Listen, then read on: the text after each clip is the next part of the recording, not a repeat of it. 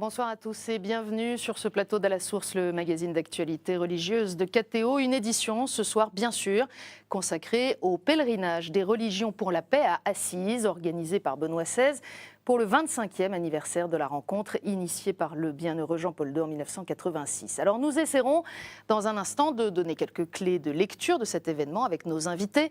Le père Antoine Guggenheim, directeur du pôle recherche au Collège des Bernardins à Paris, et Jean-Luc Mouton, directeur de l'hebdomadaire protestant Réforme. On vous retrouvera tous les deux tout à l'heure, mais avant cela, je vous propose de revenir en détail sur cette journée, sa préparation et ses diverses déclinaisons, avec, c'est à noter, quelques nouveautés propres à l'édition 2011. D'abord, l'invitation a été adressée non seulement aux représentants des grandes religions, mais aussi aux incroyants, parmi lesquels, on y reviendra, la française Julia Kristeva. Et puis, autre évolution, pour tordre le cou sans doute à certaines critiques surgies après 1986, le déroulement de la journée ne comprenait cette fois aucun temps de prière à proprement parler. C'est la veille, mercredi, que Benoît XVI a rassemblé les catholiques de Rome et les pèlerins pour une prière préparatoire afin que cette journée porte du fruit. Et il a invité particulièrement les catholiques à être des artisans de paix, à ne jamais accepter de devenir des loups parmi les loups. Mais c'est au petit matin de ce 27 octobre que les pèlerins de la vérité, les pèlerins de la paix, selon le titre donné par le pape, se sont mis en route dans le cadre inhabituel de la gare ferroviaire de la Cité du Vatican. Sybille Delettre. 8h30 ce matin, dans la petite gare du Vatican, les 300 représentants des différentes religions se sont retrouvés pour partir ensemble dans ce train spécial à Assise. Arrivés dans la ville de Saint-François, tous ont salué un par un le pape Benoît XVI à l'initiative de cette rencontre. Les délégations se sont ensuite rendues dans la basilique Sainte-Marie des Anges, où des représentants anglicans, juifs, hindous, bouddhistes, musulmans ou encore orthodoxes se sont exprimés. 10 ans après les événements dramatiques du 11 septembre, et à l'heure où les printemps arabes n'ont pas mis fin aux tensions intercommunautaires, la place des religions dans les fermentations du monde reste ambiguë. Notre devoir en tant que communauté religieuse est d'apporter la liberté à tous les croyants pour vraiment comprendre leur foi et réduire ces incompréhensions qui provoquent des conflits sociaux entre les hommes. Nouveauté de cette rencontre, Benoît XVI a tenu à inviter 4 professeurs, tous athées. 25 ans après la première rencontre voulue par Jean-Paul II, c'est la première fois que des non-croyants participent officiellement à une telle journée pour la paix et la justice dans le monde. L'ère du soupçon entre les religions et entre croyants et non-croyants, cette ère de soupçon ne suffit plus. Face aux crises et menaces aggravées, voici venue l'ère du pari. Osons parier sur le renouvellement continu des capacités des hommes et des femmes à croire et savoir ensemble. Après avoir partagé un repas frugal pour marquer la participation de chacun aux souffrances de ceux qui ne peuvent pas vivre dans la paix, les religieux sont rentrés dans le silence et la méditation. Les différentes délégations se sont retrouvées à 16h sur la place Saint-François. Ensemble, ils ont renouvelé leur engagement pour la paix et la justice dans le monde.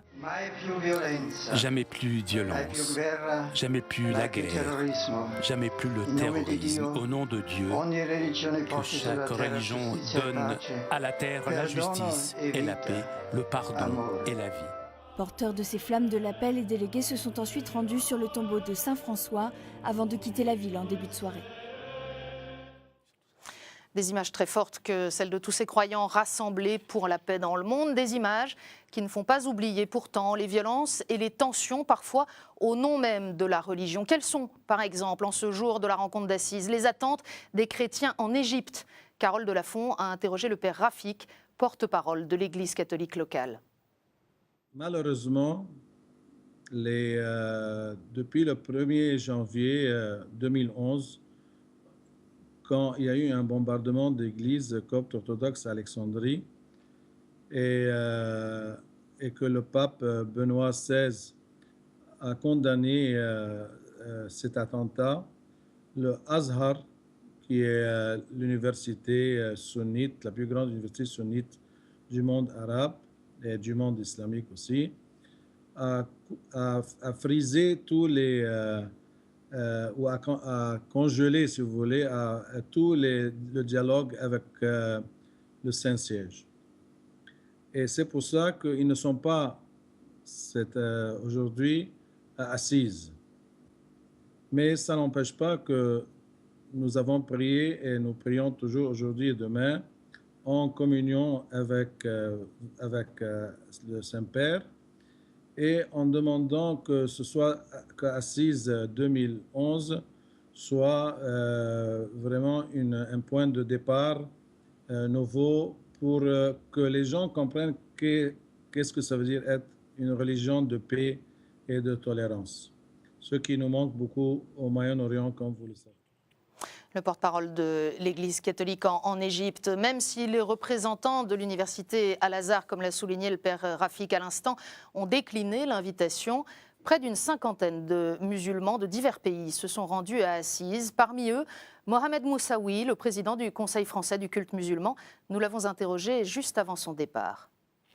Comme disait Jean-Paul II, la loyauté exige que nous reconnaissions en fait, nos différences et que nous respections ces différences. C'est à l'honneur de l'Église catholique de porter ce combat pour la paix et la justice. Et j'espère que cette entente et ce rassemblement qui réunit les responsables religieux puisse avoir un impact direct au niveau des fidèles qui sont partout dans le monde. Je pense que les responsables religieux, par cette rencontre, devraient envoyer donc des messages multiples. Messages de fraternité entre eux, messages de partage de souffrance des autres et aussi un appel à tous les chefs politiques d'œuvrer dans le sens de faire en sorte que notre planète vit paisiblement et dans la quiétude.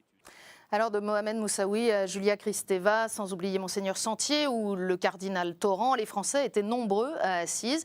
Certains moins connus, comme les jeunes de l'association Coexister, des jeunes archi-convaincus de la nécessité du dialogue entre les religions, comme le montre ce reportage de Marine Wolf. Toujours avant de partir. Dernier préparatif pour Samuel, le catholique. Il s'apprête à rejoindre Benjamin et Farah, ses amis juifs et musulmanes, pour se rendre à la rencontre d'Assise. Ils sont membres du mouvement interreligieux Coexister. Pour eux, le dialogue interreligieux est aujourd'hui une évidence. Nous, c'est malheureux, c'est triste, mais on est la génération 2001, c'est-à-dire qu'on ne vient pas faire du dialogue interreligieux pour la paix, mais contre la haine. Contre la mort, contre le terrorisme, contre l'intégrisme. On vient faire un dialogue interreligieux qui est un peu une question de vie ou de mort. On prend conscience qu'on n'a plus le choix. Plus que de simples membres d'un même mouvement, ils sont devenus 3 amis, ravis de partager ce combat ensemble. Ils se sentent investis d'une mission à transmettre autour d'eux. C'est un des messages de notre génération, de prôner la paix, de prôner le dialogue entre les cultures et les religions, pas dans une optique de syncrétisme, mais une optique de dialogue respectueux, pas forcément toujours d'accord les uns avec les autres. Tout le monde dit nous on coexiste déjà, nos voisins sont je sais pas, africains, sont juifs, sont musulmans. Mais le tout c'est pas seulement de se contenter de vivre à côté les uns des autres, mais aussi apprendre à se connaître, essayer de créer un minimum d'harmonie dans cette société. Et ça se fait pas seulement en se regardant en chien de faïence, quoi. Il faut se bouger, il faut faire des choses, il faut montrer que concrètement, on peut vivre ensemble. Tous les 3 fondent beaucoup d'espoir dans cette rencontre. Ils souhaitent que le simple dialogue entre les religieux soit dépassé pour instaurer des relations concrètes en faveur de la justice et la paix. Alors en France, près de 25 diocèses se sont mobilisés depuis le début du mois pour célébrer les 25 ans de cette rencontre d'Assise. À Évry, par exemple, les responsables religieux de l'Essonne se sont retrouvés samedi dernier pour une marche commune entre 4 lieux de culte, la pagode, la synagogue, la cathédrale et la mosquée. Une marche pour la paix qui a regroupé 1 millier de personnes. Et puis à Paris, c'est aujourd'hui, en toute fin de journée à 18h, que le cardinal André XXIII avait donné rendez-vous aux responsables des religions sur l'esplanade du Trocadéro. Dans son allocution, l'archevêque de Paris a insisté sur le contexte français. Il a dénoncé les courants idéologiques qui accusent les religions d'être source de violence et veulent les exclure de l'espace social. On l'écoute. Si notre République est constitutionnellement laïque, notre société, elle, n'est pas areligieuse. Les religions existent, elles sont visibles, elles peuvent échanger les unes avec les autres et dire quelque chose à tous. Nous savons que notre rassemblement de ce jour est la partie visible d'un dialogue réel entre les religions dans notre pays. L'archevêque de Paris a souligné aussi qu'en France, les catholiques ont une responsabilité particulière dans ce dialogue en tant que religion majoritaire et témoin du prince de la paix. Tout de suite, la chronique de Monseigneur Jean-Michel Di Falco.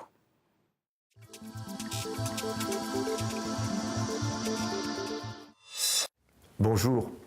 Le pape Benoît XVI est aujourd'hui à Assise à l'occasion du 25e anniversaire de la Journée mondiale pour la paix, initiée par le pape Jean-Paul II le 27 octobre 1986. Pour la première fois, toutes les religions du monde se trouvaient en un même lieu pour prier chacune à sa manière pour la paix dans le monde, ensemble, devant Dieu et au service de l'humanité.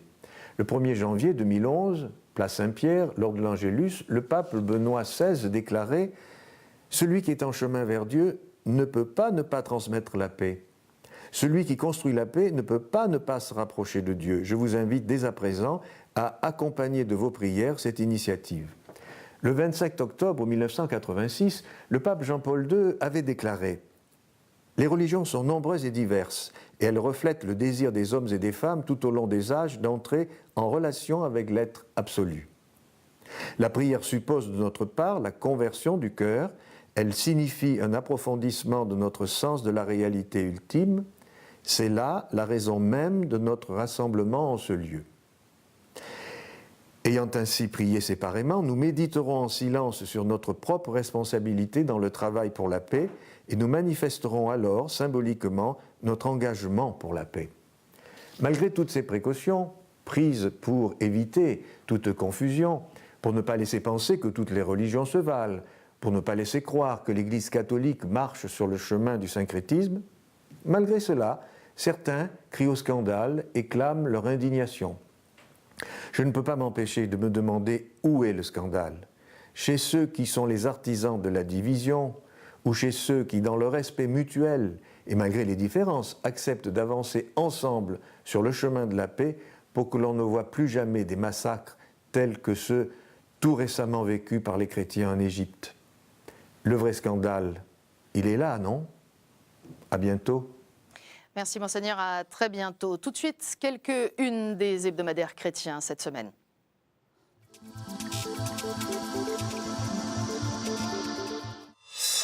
On change de sujet puisque c'est la fête de la Toussaint qui domine la une de vos hebdos chrétiens, comme celle de pèlerins. Comment les saints peuvent-ils nous aider au quotidien? C'est la question posée. La mort, elle, reste invisible. Et à l'occasion du 2 novembre, jour des défunts, une enquête sur ce tabou français dans Réforme, avec un constat. 3 personnes hospitalisées meurent sans un proche à leur côté. Comment accompagner les mourants? C'est une vraie question. La vie aussi prend le sujet à bras-le-corps. La mort, comment s'y préparer? Dans la vie, Jean-Pierre Denis, dans son éditorial, revient par ailleurs sur la victoire des islamistes en Tunisie. Peut-on interdire aux Tunisiens de chercher leur propre voie, demande-t-il, ou bien faut-il que la démocratie consiste à voter et à penser à leur place? Enfin, Moi et mon saint patron, un lien spirituel dont Famille Chrétienne rappelle l'importance. Famille Chrétienne qui choisit de faire sa une sur Tintin et le dernier film de Spielberg qui remporte un franc succès au cinéma. Et maintenant, notre dossier de la semaine.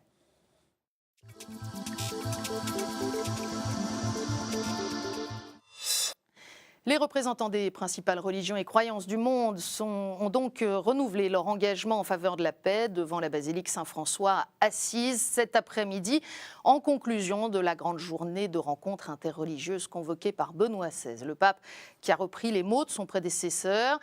Plus jamais de violence, plus jamais de guerre, plus jamais de terrorisme. Au nom de Dieu que chaque religion apporte sur la terre la justice et la paix, le pardon et la vie, ainsi que l'amour. Alors avec nous, pour donner quelques clés de lecture de cette journée d'assises, 2 invités. Le Père Antoine Guggenheim, directeur du pôle recherche au Collège des Bernardins. Bonsoir. Bonsoir. Et puis avec nous, Jean-Luc Mouton, directeur de la rédaction de l'hebdomadaire Réforme, un habitué de ce plateau. Bonsoir. Bonsoir. J'ai envie, Père Guggenheim, vous qui avez suivi à travers la télévision, notamment cette journée d'assises, de vous demander d'abord une impression deux impressions, deux moments. D'abord, quand le pape est à l'entrée de l'église d'Assise et que chacun de ses invités, de ses délégués, le mot est très beau, de différentes religions ou même des incroyants vient, il les accueille et il y a un petit échange très bref. Et deuxième image, l'après-midi, le moment de recueillement et de vœux pour la paix de chaque délégation. Et là, une image très intense de la diversité du monde et de la responsabilité de chacune de ces traditions qui se sent porteuses d'une flamme pour l'humanité. Par rapport à l'édition de 1986, cette édition 2011 de la rencontre d'Assise comporte quelques nouveautés, en particulier l'absence de temps de prière pour ne pas ouvrir la porte à des interprétations syncrétiques. Monseigneur Di Falco en parlait à l'instant. Jean-Luc Mouton, comment vous réagissez à ça ? Moi, je réagis, je ne vais pas réagir ni bien ni mal, mais en fait, il y a une évolution, c'est certain. C'est comme cette idée d'introduire des incroyants. C'est sympathique, c'est généreux, mais ça enlève une certaine part de la force de cette rencontre. Ça veut dire que finalement, qu'on ne va pas prier. Alors, c'est pour ça que je fais ce lien-là. Parce que s'il n'y a pas de prière, s'il n'y a pas de temps spirituel, on ne parle plus des religions face aux difficultés du monde ou à la violence du monde. On est dans une espèce de grand tout, c'est-à-dire qu'on dialogue, les chrétiens dialoguent avec le grand tout du monde. Mais ça a moins de force, il me semble, parce qu'il y a quelque chose de la violence autour des religions. En fait, quand on parle simplement, on vient de parler des Coptes là, quand on voit la violence qu'il y a entre des chrétiens et des musulmans, il y a quelque chose de difficile dans un dialogue entre les religions, parce qu'on est dans des absolus. Quand nous disons que Jésus-Christ est le chemin, la vérité et la vie, nous ne disons pas que c'est peut-être vrai, nous pensons que c'est vrai. Et de la même manière, les musulmans pensent que le Coran est tombé du ciel et que c'est la vérité. Et cette rencontre de deux vérités, deux absolus, est très difficile à vivre pour chacun d'entre nous. Donc il y a quelque chose il y a un nœud de violence qui se noue autour des religions. Et je trouve que si on parle d'un croyant, si on met tout dedans, on ne parle plus du vrai problème, parce qu'il y a, le monde nous interroge, le monde interroge les croyants sur la violence. Et je pense que là, il y a une responsabilité. Et Assise avait beaucoup de force pour moi à ce niveau-là. Et aujourd'hui, c'est un peu différent. La grande surprise de la journée, la très grande surprise, qui est un événement fort, c'est le discours du pape. Personne n'attendait. En 3 points. Premièrement, les religions portent une responsabilité, elles sont accusées d'être violentes, elles doivent montrer qu'elles ne le sont pas. Conversion des hommes de religion, chacun chez soi. Deuxièmement, il n'y a pas que les religions qui introduisent de la violence. L'athéisme militant, qui dit être l'ennemi des religions, introduit beaucoup de violence. Et au XXe siècle, on n'avait jamais vu ça. Troisième temps, entre les deux se trouve un groupe d'hommes et de femmes qui sont agnostiques, qui cherchent la vérité en disant qu'ils ne l'ont pas encore trouvée, qui sont des chercheurs de Dieu et qui peuvent aider les uns et les autres à rester ouverts les uns aux autres. Je pense que ça, c'est une affirmation extrêmement forte, nouvelle, qui est dans la ligne du discours qu'il a tenu au Bundestag à Berlin. Est-ce que ça amoindrit la dimension de dialogue interreligieux, comme a l'air de le penser Jean-Luc Mouton ? Jean-Luc Mouton peut le penser, je ne suis pas d'accord. Au contraire, le risque d'une rencontre comme Assise, c'est qu'à une époque où les religions sont fragilisées par la modernité, qu'elles fassent le club pour être enfin à nouveau majoritaires ou à nouveau les plus nombreux, le club de tous ensemble contre. Mais contre qui ? Ça fait 2 siècles que naissent dans le monde des institutions séculières, l'ONU, la Croix-Rouge, le Croissant Rouge, l'UNESCO, qui ont la responsabilité d'un bien commun mondial de manière non religieuse. Ces institutions représentent aujourd'hui quelque chose d'important et les religions trouvent en elles des partenaires pour réfléchir la condition humaine et leur propre place. Alors en même temps, justement, on peut s'interroger parfois sur l'efficacité de ces institutions en matière de maintien de la paix ou de préservation de la paix et de la justice dans le monde, c'est peu de le dire. Ce n'est pas vraiment notre propos ce soir, mais précisément concernant un événement comme cette rencontre d'Assise, est-ce qu'on peut en attendre quelque chose ? Est-ce qu'à votre avis, c'est autre chose que des images fortes et une démarche au fond un peu incantatoire ? Non, mais ça peut être ça, mais je pense que c'est quand même intéressant aujourd'hui. On vient d'assister, on a parlé tout à l'heure du Moyen-Orient, on assiste quand même, et dans le monde, malgré le fait qu'effectivement au XXe siècle, on a eu des idéologies athées qui ont produit de la violence, on est quand même dans cette idée que les religions produisent de la violence. Chaque fois qu'on le peut, vous avez des philosophes comme Michel Onfray et d'autres, dans le débat public, on revient toujours sur ce thème-là, on se sent accusé parce que autour de la religion, il y aurait, ce que je disais tout à l'heure, l'absolu et l'exclusion de l'autre. Donc quand montrer des religieux ensemble, alors qui prient ou qui disent prient pas. précisément le contraire. Voilà, qui disent le contraire, qui disent que cette idée est très, très, très juste, de chercher d'abord en soi, dans sa propre tradition, des éléments de paix et de réconciliation. Je pense que ça, c'est le point essentiel. Il ne s'agit pas de partir tous azimuts pour dialoguer avec le plus loin possible, mais au contraire, de dialoguer avec ses plus proches. C'est ça qui nous est demandé. Je crois que là, ce travail sur nous, sur notre façon de vivre notre propre foi, ça me paraît... Le pape a même parlé de purification nécessaire. Une démarche de paix essentielle, il me semble que ça, c'est juste. C'est profondément juste. Et moi, je regrette un petit peu qu'il n'y ait plus cette dimension spirituelle dans cette rencontre. Mais je veux bien admettre qu'on puisse évoluer, il n'y a pas de souci. En tout cas, c'était un des éléments très forts de cette édition 2011, que ce dialogue, cette espèce de parvis des gentils au sein de la rencontre d'Assise. On a entendu tout à l'heure Julia Kristeva qui dit l'ère du soupçon, ça suffit, passons à l'ère du pari, qu'ensemble, nous pouvons travailler au bien commun. Elle parle même de travailler ensemble à la recherche de la vérité.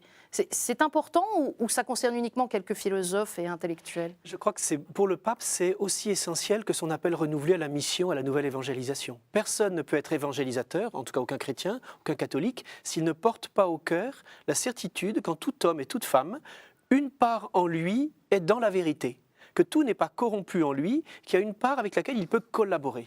Ceci est essentiel parce que sinon on est simplement des militants qui venons imposer notre point de vue. Et donc ce n'est pas une alternative, de temps en temps le dialogue, y compris avec des incroyants, de temps en temps l'évangélisation, non, ou de temps en temps le dialogue interreligieux. Il faut être sans arrêt dans cette disponibilité à recevoir de l'autre une vérité, de la même manière que je suis dans la disponibilité à lui en apporter une, même religieuse. Formulé comme ça, Jean-Luc? Oui, ça me va. non, ça me va, bien sûr. Je crois qu'il serait stupide de faire une espèce de front des religions contre quoi on ne sait pas trop. Et effectivement, ça n'a pas tellement de sens. Non, je comprends tout à fait cette idée de cette, vous disiez qu'il y a une parcelle de vérité ou d'authenticité dans chacun des êtres humains. Ça, c'est clair. Mais est-ce qu'il n'y a pas, au niveau, par exemple, des monothéismes, au moins, est-ce qu'il n'y a pas une recherche qui est difficile, qui est douloureuse aujourd'hui, et qui est de reconnaître dans la foi de l'autre des semences du verbe aussi, des semences de la vérité, et de s'en nourrir. Ça va peut-être un peu plus loin que simplement constater que chacun porte quelque chose d'une authenticité. Alors, vous parliez tout à l'heure du Moyen-Orient, parce qu'on a entendu le père Rafik, on connaît la situation très difficile de beaucoup de communautés chrétiennes dans ces régions, mais on a parlé beaucoup de la dimension internationale aujourd'hui. Moi, je voudrais un mot sur la situation en France. Vous, qu'est-ce que vous attendez? Puisque vous dites ce dialogue interreligieux et strictement interreligieux est important, pourquoi faire? Vous en attendez quoi? Moi, j'ai participé à plusieurs groupes judéo-chrétiens, islamo-chrétiens. Je voulais d'abord dire un point que dit le philosophe Paul Ricoeur, qui était un de nos amis à Réforme, qui écrivait souvent chez nous, et il avait ce thème du proche en proche. Et il disait que, en fait, le dialogue interreligieux, il ne s'agit pas d'aller à l'autre bout du monde pour rencontrer l'hindouisme, des choses qui sont très très loin de nous, même si c'est intéressant sur le plan culturel. Le premier dialogue, celui qui est le plus proche de nous, c'est celui-là avec qui il faut pas négocier, il faut dialoguer. Pour nous chrétiens, ça par exemple entre chrétiens protestants et catholiques et orthodoxes, mais ça peut être aussi le judaïsme, ça peut être l'islam qui est à nos portes. Moi, j'ai participé à des groupes judéo-chrétiens et islamo-chrétiens, et j'en retire l'idée que ça m'a déstabilisé, c'est pas le mot, mais ça m'a remis en question, ça m'a fait retravailler sur ce que je crois, sur ce que je dis. Quand je dis certaines paroles de l'Évangile, qu'est-ce que je dis, qu'est-ce que l'autre entend, comment je suis compris et comment moi je comprends ce qui m'est dit. Et moi, j'étais avec des groupes d'étudiants, quand j'étais aumônier d'étudiants à une époque lointaine à Strasbourg, beaucoup d'étudiants ont découvert justement leur propre foi en dialoguant avec les autres, en disant mais nous on ne croit pas ça, et qu'est-ce qu'on croit vraiment, quelle est la différence? Donc je trouve que dans le dialogue interreligieux il y a un approfondissement de la foi, loin de perdre... C'est pas un appauvrissement, c'est pas une négation du témoignage. D'avoir d'aller vers un sacrétisme, on est dans l'idée qu'est-ce qu'on a de différent, qu'est-ce qui est essentiel dans ma foi, qu'est-ce qui est au cœur de ma foi chrétienne. Et je pense que c'est dans ce sens-là que le dialogue est important. Puis reconnaître l'autre avec ses valeurs, avec tout ce qu'il porte, et ses visions spirituelles aussi. Donc ça c'est à la fois déstabilisant et enrichissant. Ce que l'on rencontre quand on rencontre l'autre d'une autre religion, c'est une dimension de l'universel, ou plutôt, pour employer un terme qu'a employé Julia Kristeva aujourd'hui, le multiversel. On est vraiment... 2011 par rapport à 1986, 25 ans après, l'actualité, le pape a commencé comme ça. Le mur de Berlin est tombé. Aujourd'hui, la Chine, le Brésil, l'Inde sont des puissances qui interviennent, qui vont peut-être sauver l'Europe au plan financier. Donc on est dans une rencontre de l'universel vraiment très concret, où chacun vient avec une histoire très séparée les unes des autres. Et nous avons une responsabilité, les chrétiens en général, les catholiques en particulier, d'aider chaque tradition à comprendre qu'elle porte une responsabilité pour tous et pour l'universel. Quand j'entre en dialogue, c'est ça aussi que je porte comme message, qui est un message chrétien. Voilà, et puis on aura retenu aussi des différents témoignages de cette journée que c'est un travail des communautés les unes vis-à-vis des autres, mais c'est aussi une nécessité individuelle, une disposition, comme vous disiez l'un et l'autre, individuelle, qui est importante. Merci à tous les deux d'être venus nous donner quelques clés de lecture de cette journée importante. Père Guggenheim, je rappelle que vous êtes l'auteur d'un ouvrage intitulé « Pour un nouvel humanisme » paru aux éditions Parole et Silence. Jean-Luc, à très bientôt sur ce plateau pour l'hebdomadaire Réforme. Merci à vous tous de votre fidélité. Vous pouvez retrouver cette émission sur le site internet www.ktotv.com. Bonne soirée.